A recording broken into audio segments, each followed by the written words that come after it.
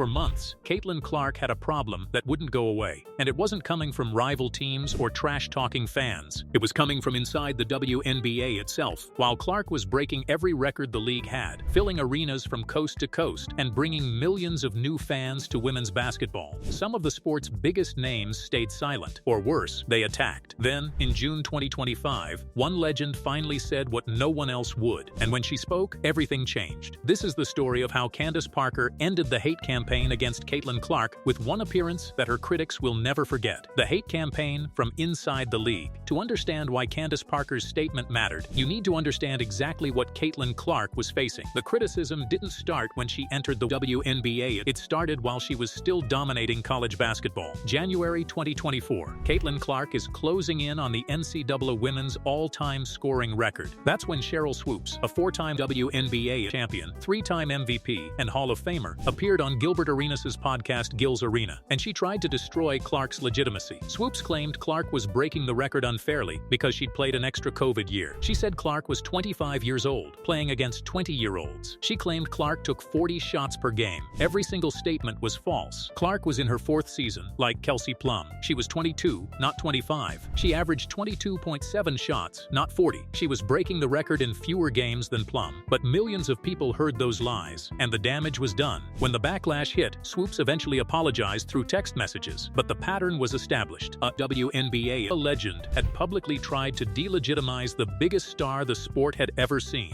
and she didn't stop. In August 2024, on her podcast Queens of the Court, Swoopes praised the Indiana Fever's success. She mentioned Aaliyah Boston, Kelsey Mitchell, and Lexi Hull. She never once mentioned Caitlin Clark, the team's leading scorer and the reason for their turnaround. ESPN's Stephen A. Smith called her out directly, saying, "You're insane to do that." Then, in September 2024, Swoopes was pulled from calling an Indiana Fever game on Bally Sports at the last minute. According to Stephen A. Smith, the network couldn't trust her to call Caitlin Clark games fairly anymore. Swoopes took to social media, posting screenshots of her apology texts with Clark, trying to prove she'd made amends. But her actions told a different story. Every time Clark achieved something historic, Swoopes found a way to either ignore it or diminish it. The message was clear. No matter what Clark did, it would never be enough. And the worst part? Swoopes wasn't operating alone. She was just the loudest voice in a chorus of resentment. The hate wasn't just from random accounts. It was coming from people inside the WNBA ecosystem, players, analysts, people who should have been celebrating the sport's growth. And through it all, most of the league's legends stayed quiet. The deafening silence from those who should have known better. Here's what made the hate campaign so damaging. The legends who could have stopped it chose to stay silent. Think about it. When Sheryl Swoopes made those false claims about Clark in January 2024, where were the other Hall of Famers? When Clark was getting physically targeted night after night in her rookie season, where were the champions who'd built the league? Silence. A few voices spoke up. Lisa Leslie, the three-time MVP and two-time champion, defended Clark's impact by saying, "When one player eats, we're all eating, and we all get more opportunities. It just opens it up for everyone else." But for every Lisa Leslie, there were 10 legends who said nothing, who watched the sport's biggest star get torn down and chose not to intervene. And there was one name notably absent from the conversation: Candace Parker. Parker had retired from the WNBA in 2024 after a Hall of Fame career, 3 championships, 2 MVP awards, 7 All-Star selections, 2 Olympic gold medals. She was one of the most respected voices in women's basketball. She'd transitioned seamlessly into broadcasting, becoming an NBA analyst for Prime Video and leading their WNBA coverage. She had the platform, she had the credibility, she had the authority to end this. But for over a year, as the hate piled up, as the criticism intensified, as Caitlin Clark faced attacks from every direction, Candace Parker stayed quiet. People noticed. On social media, fans started asking where Candace Parker is. Why isn't she defending the next generation? Why is she silent while Swoopes attacks Clark? The speculation grew. Was Parker resentful like Swoopes? Did she resent Clark's endorsement deals? Was she bitter about the new generation making more money than the old guard ever did? The narrative was building. The media started grouping Parker with the critics simply because she hadn't publicly separated herself from them. And that silence created a problem. Because every day Parker didn't speak up was another day the haters could claim the legends agreed with them. Then, in June 2025, ESPN's Stephen A. Smith invited Parker onto his show The Take, and he asked her the question everyone had been waiting for. The moment everything changed. June 2025. Candace Parker sits down with Stephen A. Smith on ESPN's The Take. Smith doesn't waste time. He's watched the discourse tear the league apart for over a year. He's called out Swoopes directly multiple times. He knows Parker's silence has been noticed. He asks her straight up, are you resentful of Caitlin Clark and where the WNBA is right now? Parker's response ended the debate. You know, it's so crazy to me because I'm asked so many times if I'm resentful in any way for where the WNBA is right now. She pauses, then delivers the line that would go viral. My job was to leave the game better than I came into it. Simple, direct, undeniable. But she doesn't stop there. She goes further, calling out the pettiness by comparing herself to her own mentor. You think Cheryl Miller is resentful of me that I had a league to play in? No, she's being the mentor that she is, and she's supporting and loving and sitting courtside, cheering on Juju Watkins. Then she makes it personal, and I'm doing the same for Caitlin Clark and all the women in the WNBA. 6 words that changed everything. I'm doing the same for Caitlin Clark, not just support, active mentorship, just like the legends did for her. Parker wasn't done. She made sure there was zero ambiguity about where she stood. It's good for the game. It just opens it up for everyone else. I love that she's not the player who makes it all about her. She's given love and homage to the players that have come before her. She shares the wealth with her teammates. And then the knockout punch was directed at everyone who'd spent a year tearing Clark down. Now everybody has a Twitter finger. Everybody can have access to the WNBA and make comments. But really, the key is to keep it about basketball. Translation: stop the petty drama. Stop the racial narratives. Stop the resentment. Focus on the game. It was measured. It was graceful. It was mature. And it completely destroyed the critics' credibility. Because here was Candace Parker, someone with more rings than Swoops, more MVP awards than most legends, more credibility than anyone attacking Clark, saying the exact opposite of what the haters had been claiming. She wasn't resentful. She was grateful. She wasn't threatened. She was mentoring. She wasn't bitter about the money. She understood that rising tides lift all boats. The contrast was devastating. On one side, Cheryl Swoops is spreading false information, refusing to acknowledge Clark's achievements, getting pulled from broadcasts, and making excuses. On the other hand, Candace Parker calmly explained that this is how legends are supposed to behave, with grace, with support, with mentorship. The interview immediately went viral. Clips flooded social media. Headlines exploded. Candace Parker breaks silence on Caitlin Clark. WNBA legend shuts down resentment narrative. Parker calls out critics with perfect response. But the real impact wasn't in the headlines. It was in what happened next. Why this changes everything. Within hours of Parker's interview airing, the narrative shifted completely. Social media erupted. But this time, in Clark's defense, Parker's words gave millions of fans the ammunition they needed. If Candace Parker, one of the greatest to ever play, supports Clark, then the critics are objectively wrong. Other legends suddenly felt comfortable speaking up. Magic Johnson had praised Clark months earlier, but now his comments were reshared everywhere. Lisa Leslie's support got amplified. Dawn Staley, though she'd had her own complicated relationship with the Clark discourse, had to acknowledge the shift. Even some of Swoops's defenders went quiet. Because Parker had done something brilliant, she didn't attack Swoops by name. She didn't make it personal. She didn't create more drama. She simply stated her values. And by stating those values clearly, she made it obvious who was violating them. When Parker said, "My job was to leave the game better than I came into it," she wasn't just describing her own philosophy. She was establishing the standard that all legends should follow. And anyone not following that standard was immediately exposed. Swoops couldn't respond. What could she say? Was that Parker wrong for supporting the next generation? Was that mentorship bad? That Clark didn't deserve respect? Any response would make her look worse, so she stayed silent. For the first time in over a year, Cheryl Swoops had nothing to say about Caitlin Clark. That's how you know Parker won. The loudest critic went quiet, but Parker's impact went beyond just silencing one person. She changed the entire framework of the conversation. Before Parker's statement, the question was, is Caitlin Clark good enough to deserve this attention? After Parker's statement, the question became, why are some people so threatened by women's basketball growing? She reframed the entire debate, made it about the sport's future instead of one player's worthiness, made it about values instead of statistics, made it about legacy instead of jealousy. And she did it without being confrontational, without being bitter, without stooping to the level of her critics. That's why Iowa coach Lisa Bluder's words from earlier in the year suddenly resonated differently. It's silly to me that anyone tries to take away from something that's so good in your sport right now. When Caitlin's light shines on her, it shines on all of us. I think everybody else needs to embrace that a little bit better. Parker embodied that philosophy, and in doing so, she showed what true greatness looks like. Because real legends don't tear down the next generation, they build them up. Real legends don't create division, they create opportunity. Real legends don't resent growth, they accelerate it. Candace Parker reminded everyone what a legend is supposed to be, and in doing so, she exposed everyone who fell short of that standard. The haters weren't just wrong, they were embarrassed. Because when the greatest WNBA player of her generation says, "I'm supporting Caitlin Clark and all the women in the WNBA," there's no comeback, there's no spin, there's no excuse, there's only silence. Candace Parker didn't humiliate Caitlin Clark's haters with insults. She humiliated them with grace. By by being what they should have been, a mentor. When legends speak that clearly, critics have two choices: change or be forgotten. Most chose silence. Subscribe for more athletes who stood up when it mattered. The next legend is already rising.